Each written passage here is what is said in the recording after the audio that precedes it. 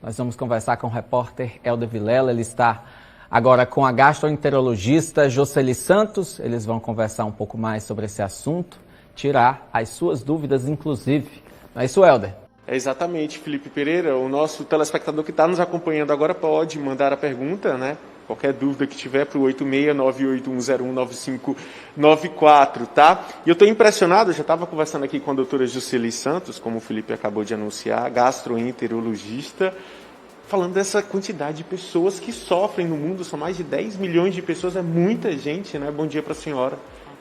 Bom dia e obrigada mais uma vez, né, Rádio Clube, pela oportunidade de divulgar uma doença que muitas vezes é invisível e que tem aumentado muito realmente, sobretudo nos países ocidentais e nos países desenvolvidos e em desenvolvimento. E em jovens, por que, doutor? O que é que está acontecendo? Realmente é uma doença que acomete, sobretudo, pacientes jovens, na fase mais bonita da vida, entre 15 aos 35 anos de idade.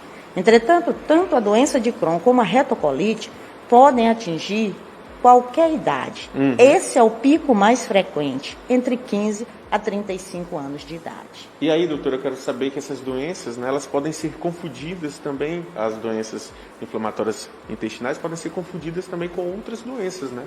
Com certeza. Muitos pacientes, sobretudo no caso da doença de Crohn, que é um paciente de difícil diagnóstico muitas vezes, a depender da localização da doença, esse paciente vai ter uma dor abdominal recorrente, ele vai ter uma anemia que no começo é leve, ele vai ter um pouco de enjoo, e isso muitas vezes pode ser confundido, por exemplo, com verminoses. São vários os pacientes que chegam ao consultório do gastroenterologista, 4 a 5 anos de doença, 4 a 5 anos para chegar ao diagnóstico. Tratando-se de verminose, é uma intolerância alimentar ou ao glúten ou à lactose, que muitas vezes é confundido.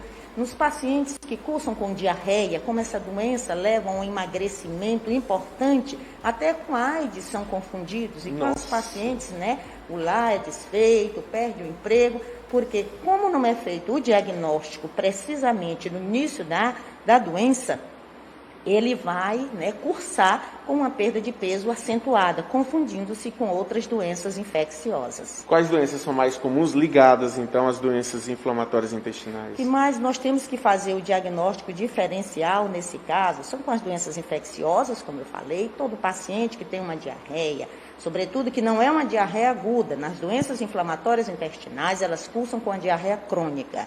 Portanto, as doenças infecciosas, as doenças parasitárias também nós temos que afastar. Mas o que é importante no caso das doenças inflamatórias intestinais, quer seja a doença de Crohn, quer seja a retocolite, é que o médico tenha a paciência de ouvir o paciente, de fazer uma boa anamnese e conhecer a história do paciente. A partir disso, o exame físico também vai nos ajudar e dar indícios de que aquele paciente tem doença de Crohn. É aquela dor, a palpação na fossa ilíaca direita. Quantos pacientes, por exemplo, não chegam no HUT com uma dor na mesma localização do apêndice? E não é apendicite, é doença de Crohn, porque é uma doença que na maioria das vezes ela se localiza na parte final do intestino delgado e seco, que é exatamente onde está o apêndice. E ajudado pelos exames complementares de imagem e sobretudo a colonoscopia, que é o padrão ouro, a gente fechar esse diagnóstico precocemente. Está ligado ao estilo de vida, doutora? Sim, os países industrializados hoje, logicamente, os países desenvolvidos, há uma mudança, portanto, no padrão alimentar. Então, nós dizemos que a doença inflamatória intestinal é uma doença, sobretudo, não só do paciente jovem, mas do paciente que habita as grandes cidades, os países industrializados e tem também uma alimentação, né, à base de alimentos enlatados ou engarrafados. Ou seja, quanto mais essa alimentação é a base de produtos industrializados, mais nós temos ligado, né, as doenças inflamatórias intestinais. É claro que não é só isso. A doença ela tem uma base genética, ela tem uma base imunológica e uma base também ligada à microflora intestinal. É hereditária? Passa de pai para filho? Não é hereditária, não é? Mas é genética. Ou seja, nós não sabemos em quem o gene vai atingir. O que nós sabemos é que, se um dos pais tem doença de Crohn e retocolite, a chance que o filho tem de desenvolver uma das duas doenças é em torno de 3 a 8%, que aumenta para 15% a 20% se os pais ambos possuem doença de Crohn ou retocolite. Então, ela tem essa base genética, mas não é hereditária. Nossa, dona Jocely Santos, doutora gastroenterologista, nome, quase que eu não falo, meu irmão, o nome, mas deu certo, saiu. Ela vai ficar aqui com a gente mais um pouco, tá? Então você pode mandar suas dúvidas, que no próximo bloco eu vou voltar com a doutora para responder suas perguntas, suas dúvidas, tá bom? Pelo 86-98101-9594. A gente vai tomar uma água, daqui a pouquinho a gente volta, viu, Felipe Pereira? Vamos voltar a conversar com o repórter Helder Vilela, ele está com a gastroenterologista Jocely Santos. O mês de maio alerta para a conscientização sobre as doenças inflamatórias intestinais e elas são o tema do nosso quadro de saúde de hoje. Helder Vilela, meu amigo, está com você. Ok, Felipe Pereira, a partir de agora, já estou aqui com a doutora Jocely, a gente estava conversando, tirando todas as dúvidas aqui também. Você pode participar, 86-98101-9594 é o nosso telefone, já vou direto para as perguntas. Bom dia, moro em Guadalupe, doutora. Beijos para a senhora, tá mandando beijos. Gente, mande beijos aí para ela, doutora. Beijo também. Tenho sempre diarreia quase todos os dias e agora nas fezes é tipo um catarro, o que é que pode ser? Olha, se você tem uma diarreia, é importante nessa hora fazer a distinção entre o que é uma diarreia aguda e uma diarreia crônica. Porque as doenças inflamatórias intestinais, tanto a Crohn como a colite, a diarreia é crônica. É aquela diarreia que ultrapassa 15 dias. As diarreias agudas, elas são autolimitadas. É uma parasitose intestinal que você teve, é uma gastroenterite, que é a virose da mosca, como muitos conhecem. No caso das doenças inflamatórias intestinais, não. É como esta paciente aí, de Guadalupe, não é isso? Isso. Em que ela tem há vários meses, ou talvez até anos, uma diarreia. Então, é uma diarreia crônica. Entendi. E que, portanto, deve ser investigada. Então, você deve procurar o consultório do gastroenterologista para que, a partir dos exames físico, anamnese e laboratoriais, você possa, então, fazer o diagnóstico. O certo é que você tem uma diarreia crônica que deve, sim, ser investigada e que pode ser, sim, doença de Crohn ou retocolite. A Erida Gene, lá do Acarap, está perguntando, é comum pessoas com lúpus desenvolverem Crohn? É muito comum, às vezes, as pessoas que têm uma doença autoimune, ela desenvolver uma outra doença autoimune. Então, nós temos pacientes, por exemplo, no consultório, lá no nosso ambulatório, que tem doença de Crohn, tem retocolite, e de repente começa uma dor articular muito forte, um edema nessas articulações, e então a gente tem o diagnóstico, um segundo diagnóstico de uma outra doença autoimune, que pode ser lúpus, que pode ser artrite reumatoide, que pode ser uma alteração de pele, como, por exemplo, a psoríase. Então, é comum a associação, sim, entre duas doenças autoimunes. Bom dia, doutora. Meu filho há 9 meses foi diagnosticado com a doença de Crohn. Gostaria de saber se tem possibilidade da irmã dele mais nova vir a desenvolver também. A possibilidade existe, é mais frequente na mesma família. Como eu disse, a doença não é hereditária, mas ela é genética.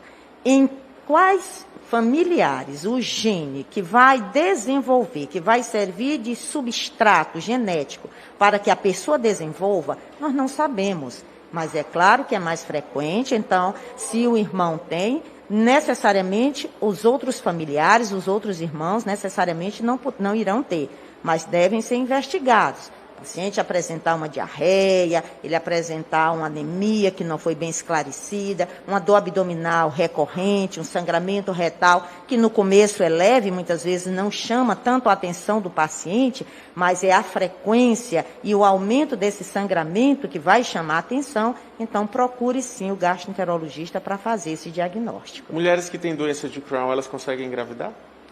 Sim. Nós estamos no mês de maio, considerado o mês das mães, e é importante essa pergunta, porque muitos pacientes, elas não conseguem engravidar. E não conseguem engravidar por quê?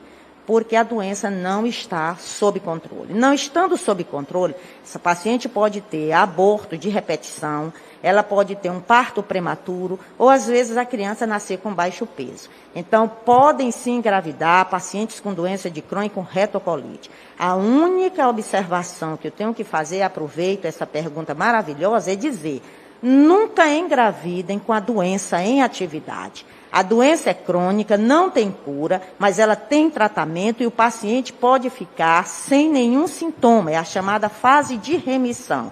É nessa fase de remissão que o paciente, a paciente vai engravidar. Então, não haja de forma intempestiva. É importante que você combine com seu gastroenterologista o melhor momento de você engravidar. Oi, doutora, bom dia. O meu esposo é diabético e está com diarreia há 5 dias. É normal? Não, normal realmente não é. A diarreia só tem 5 dias, é considerada uma diarreia aguda. Como ele é um paciente que tem, tem o diabetes, é uma imunidade um pouco comprometida, e nós estamos ainda no período das chuvas, é importante ver se não se trata de uma gastroenterite. Tá certo. Tem essa pergunta aqui, doutora, eu tive Covid e fiquei com azia, é como se estivesse engasgada. Pode ser alguma doença ligada aí à inflamação do intestino? Não, a Covid-19, ela é uma enfermidade, essa pandemia, que nós temos descoberto, que ela tem várias manifestações gastrointestinais. Então, é comum, às vezes, depois do tratamento, os pacientes apresentarem um pouco de refluxo. Me parece que se trata de uma manifestação desse tipo. Mas é comum as manifestações gastrointestinais associadas à Covid-19. Bom dia, doutora. Eu sou Clemilda, de Lagoa da Caiçara, Esperantina, que já fez cirurgia de apêndice. É normal ficar sentindo problema no local? Fiz há uns 6 anos e ainda sinto dores de vez em quando.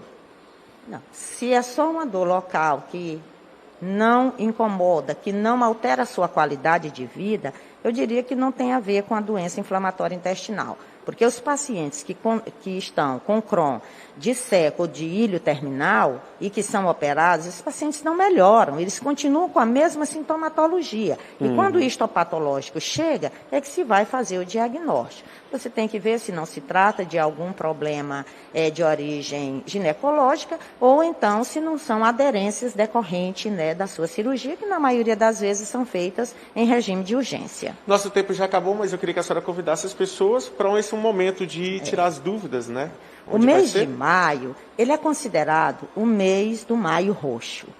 É um evento mundial, não é só em Teresina que nós comemoramos o Maio Roxo. O ponto alto do mês da conscientização das doenças inflamatórias intestinais é o dia 19 de maio.